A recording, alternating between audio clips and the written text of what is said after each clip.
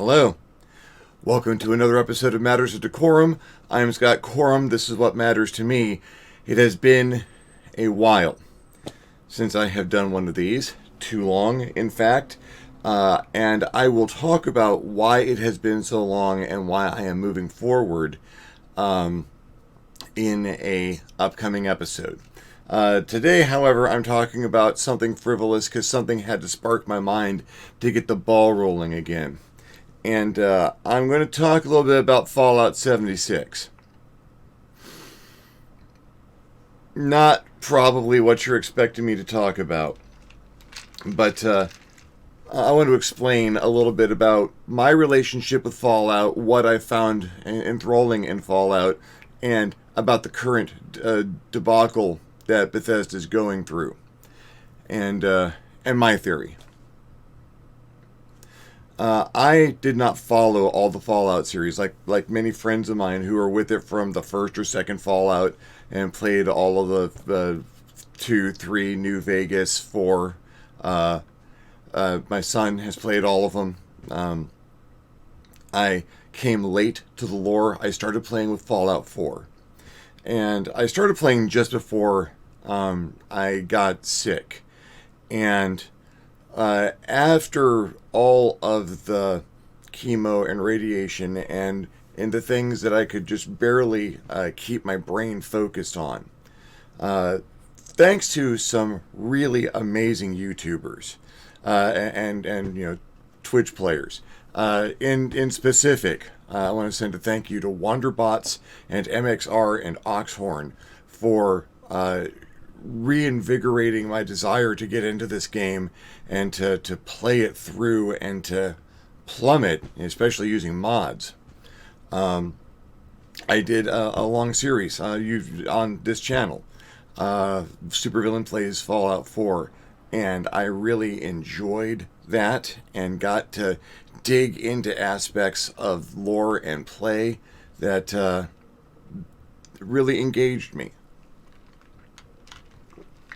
One of the things that really engaged me the most was Vault-Tec. I mean, there are so many factions and so many different aspects of the lore and the past, but this organization that was a parody of the worst possible capitalist practices that were getting people to pay them to move into their super secure underground vaults, these survival situations, and then without any hint of ethics or morality, performing experiments on these people.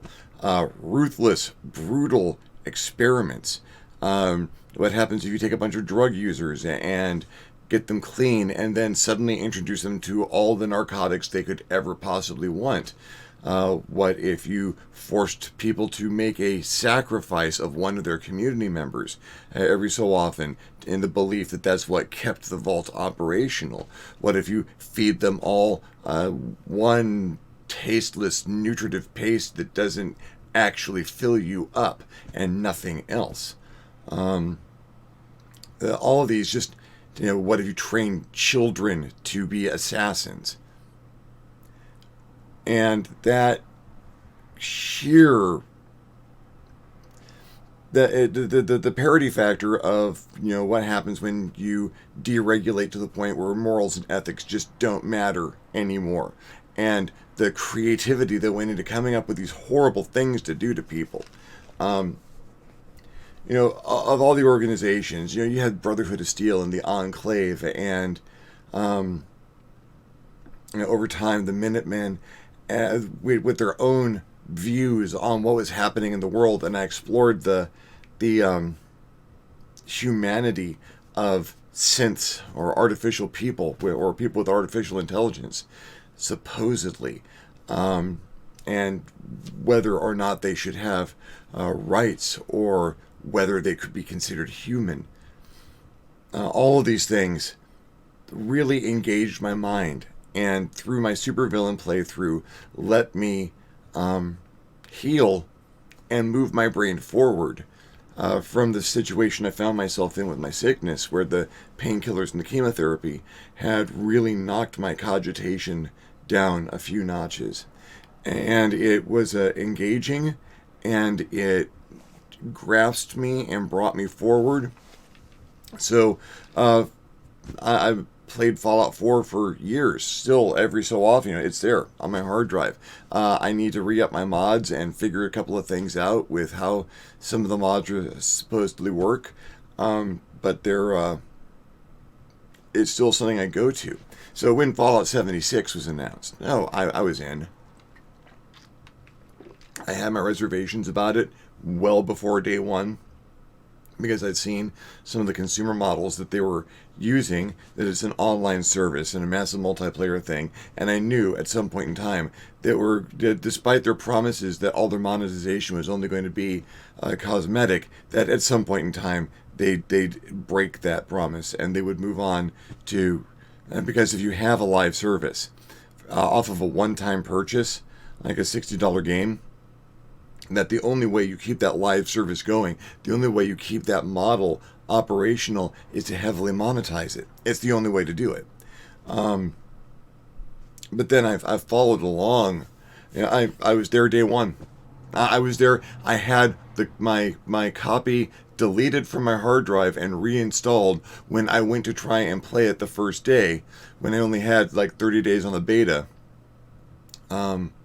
Like so many people.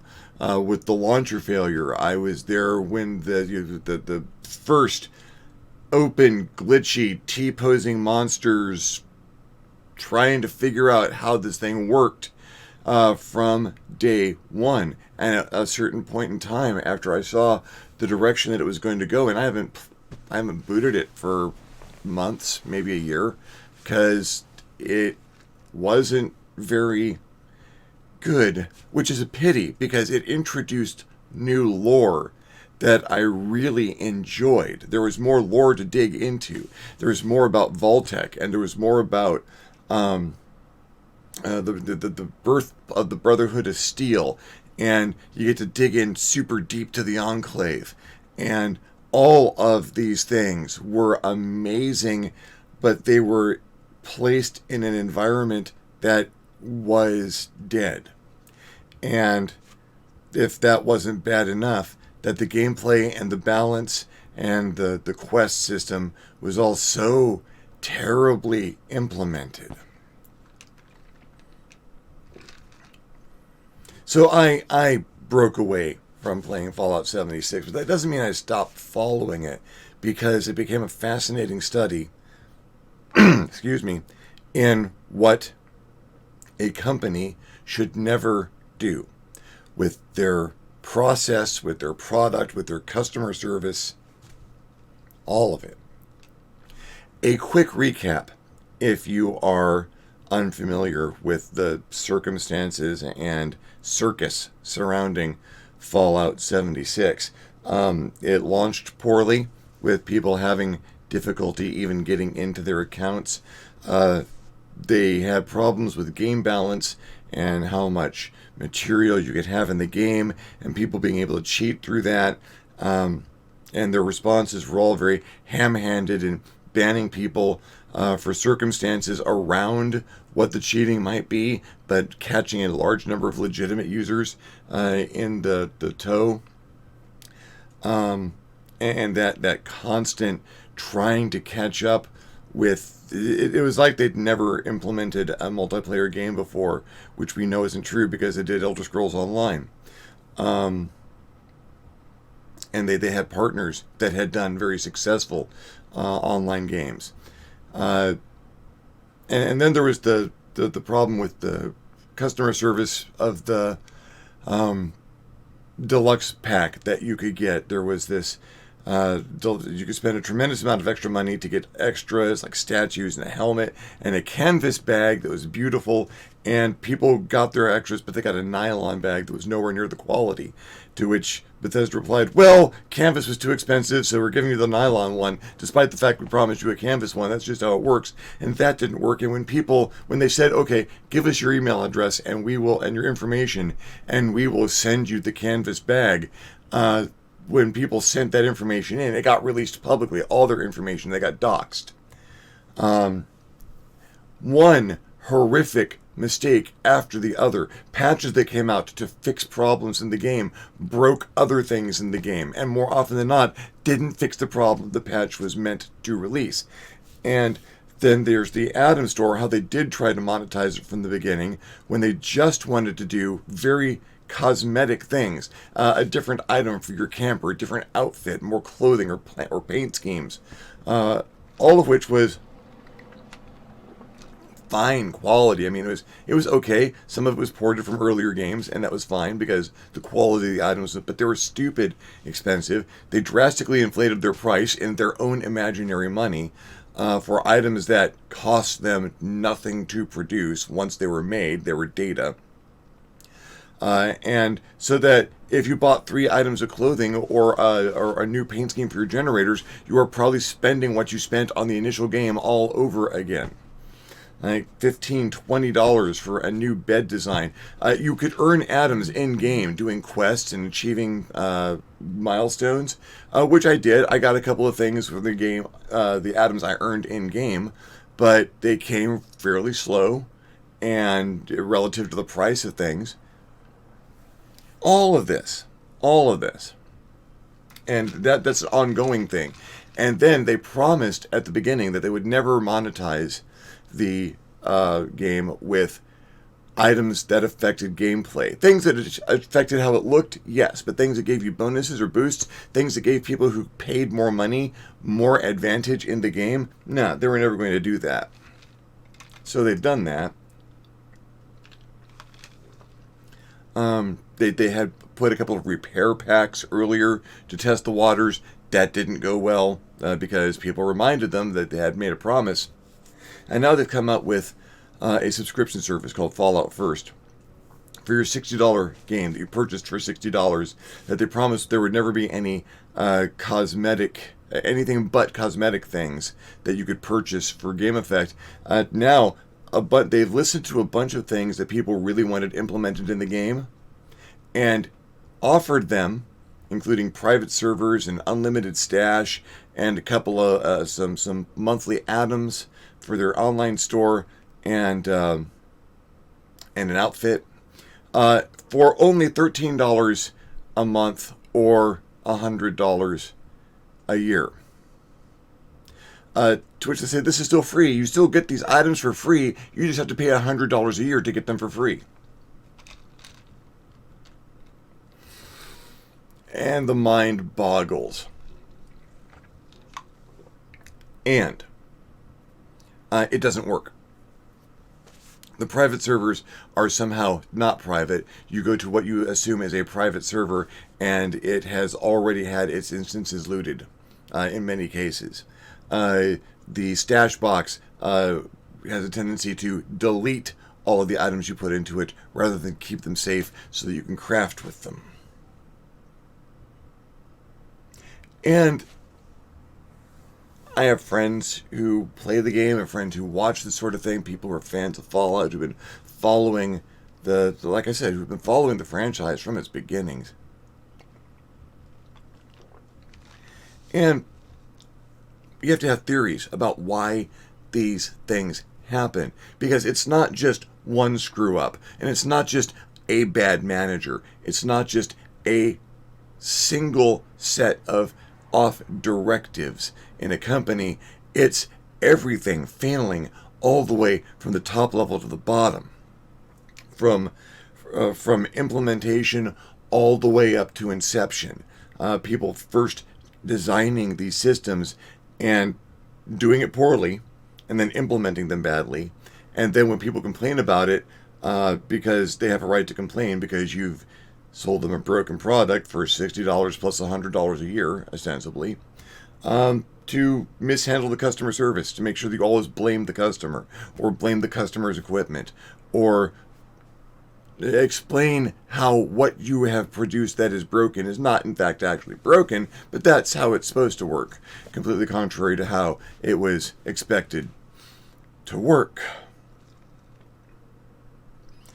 You know, is it a corporate reshuffling? Are they trying to implement so many new systems that they are just failing to implement any of them? For a while, I had a theory that it was like the Mel Brooks movie, The Producers, where they got all this investment money, but they have another use for it, so they would rather tank the game so hard so that the player base goes away, so that they can just shrug their shoulders and go, well, it failed, and just use the money that they accumulated to produce another product, like another game engine, is what I thought might be happening. But then I was talking to my brilliant friend, Wayne Zegelmeyer. Oh, Wayne. Brilliant, mad German engineer.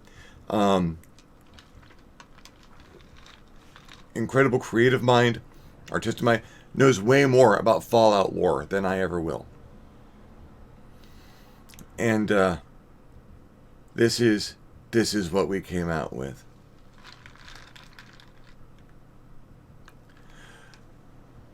What if this is the most metagaming experience that has ever been produced?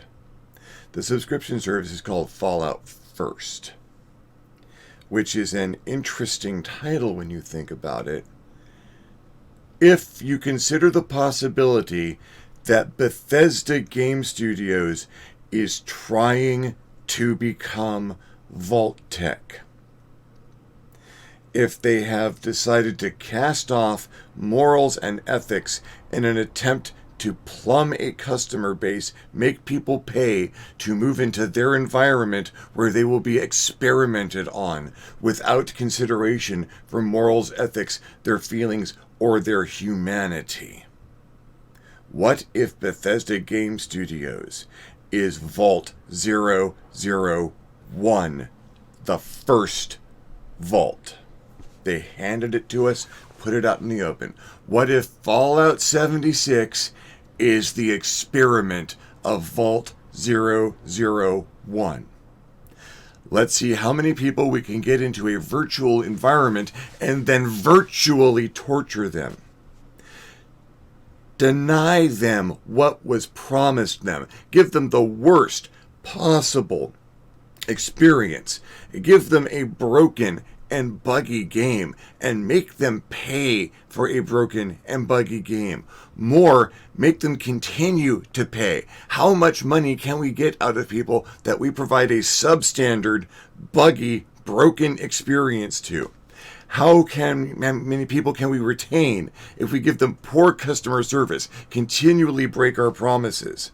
How many people can we retain if we then reach deeper into their pockets to charge a subscription service? How many of them, having been given this broken, buggy experience, being given this constant downplaying of their complaints, if we ask them for more money, how many of them will give it to us? How badly can we treat people and still make a profit? You tell me that isn't the most Vault-Tec thing you've ever heard. And it is so inexpensive compared to what a regular Vault-Tec thing is. They don't have to dig a giant tunnel in the ground with a giant cogwheel over the front and supply it with air and water so that you can keep people down there and experiment on them. You don't need all these scientists and the facilities to keep the scientists and the monitoring material. You need servers. You need a building to house a game company. You need employees to put that game together. You need servers to host it on. And everything else, all the food and all the water, everything that the people in that vault need to survive, they provide themselves, sitting down in their bedroom or office or wherever, playing on their own equipment. Bethesda Game Studios is trying to become Vault-Tec. And Fallout 76 is Vault 001, the first experiment. They've brought a large number of people into their little community, and they're experimenting on them to see how much money they can get out of them. If you think about it, this is obviously the natural first experiment for Vault-Tec, since they are going to be monetizing all of the pain and suffering that they are going to be creating in all of the experiments they do over the next hundreds of years, the first thing to do would be to see if they can monetize the experience at all. And you know, the frightening thing is that there are people who are complaining that Fallout 76 First, the subscription service, the $100 year subscription service, is broken. That means there are people who've purchased it.